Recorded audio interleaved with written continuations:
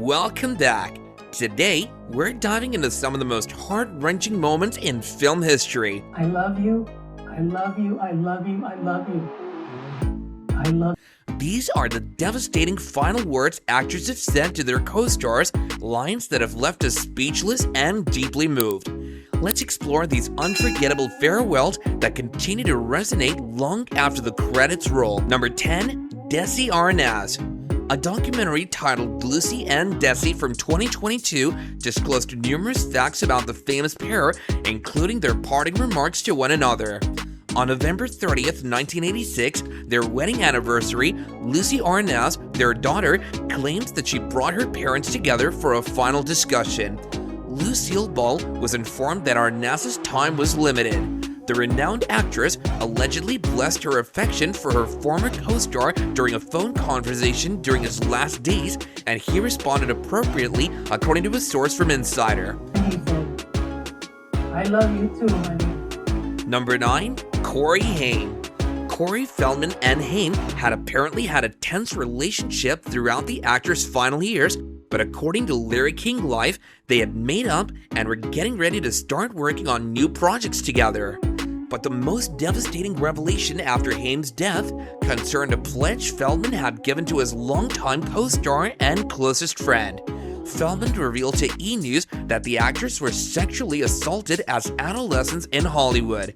Corey asked me to make We are planning on making a film of that same story, but sure that if he died before me, that his story was told. Feldman added, "That's exactly what I'm doing. All he wants is for people to know who the attacker was, and I pray to God that day that tale will also be able to be have to shared." consider the same legal boundaries. Right? It's a tremendous burden. Number 8, Ryan Dunn. Ben Margera, distraught by his friend's passing, talked with E! News about the accident. This person ever. The smartest guy, he has so much talent. He was the world's greatest voguing friend. "I've been crying nonstop for the past 5 years," the devastated Margera remarked. Regretfully, the ex-co-star then made public the unsettling parting text message that Dunn sent him the night before the tragic collision. It said, "Stopping for a beer, be there when I can." Hopefully a catastrophic wreck. Number 7, Chris Farley. Farley's exaggerated enthusiasm provided the ideal counterpart to co-stars David Spade and Adam Sandler. In particular, Spade and Farley developed a friendship that allowed them to work together on big-budget films like Black Sheep and Tommy Boy. Even though they were successful together, Farley started taking on new challenges. Even Spade recently disclosed how close they were to creating a new comedy in an interview with Esquire. "I met him 2 months prior to his passing," stated Spade. He was like, "Everyone always talks about Tommy Boy and Black Sheep. It's not as much fun out there. Let's try to get one going again. I think about Farley every day." Number 6, Norm McDonald. Last week I got a text and it just said I love you, and I didn't say much back. I just said I love you, Norm. The comedy community was crushed by the passing of Norm MacDonald. On social media, a lot of his classmates expressed their condolences. A close friend of his was veteran Full House actor Bob Saget, who frequently collaborated with the comedian and oversaw MacDonald's dirty work. "I was aware of a problem. After learning of MacDonald's passing," Saget remarked, "I think a lot of us felt it," according to Hollywood Reporter. He texted me 2 weeks ago asking how I was doing.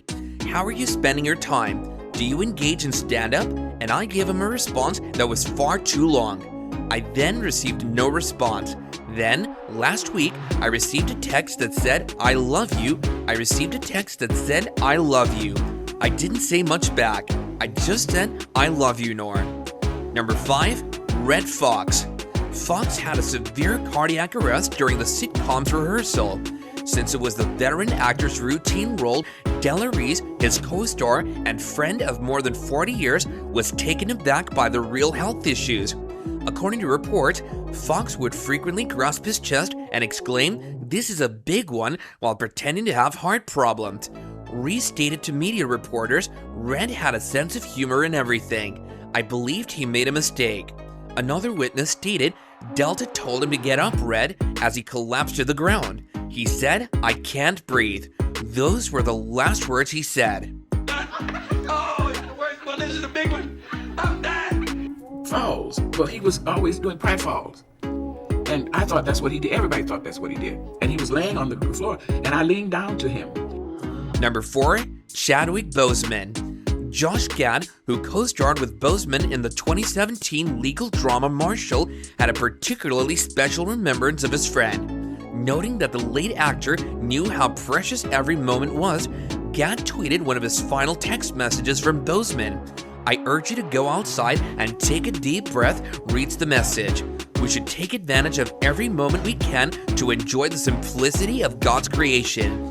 Boseman's final messages about living every moment fell especially hard considering the secrets he withheld.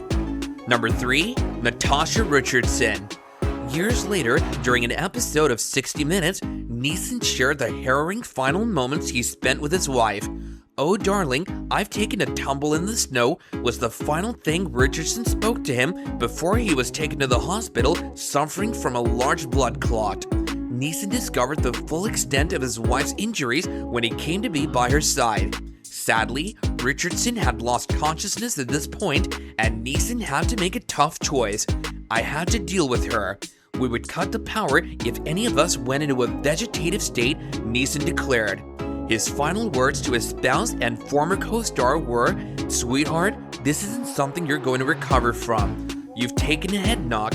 I'm not sure whether you can hear me, but this is what has transpired." I just told her I loved her, said, "Sweetie, you're not coming back from this." Number 2, Paul Walker. The renowned actor grew close to his pals and fellow cast members, especially Vin Diesel, his Fast and Furious co-star. When they last spoke, the two were working on their 7th installment of their action franchise.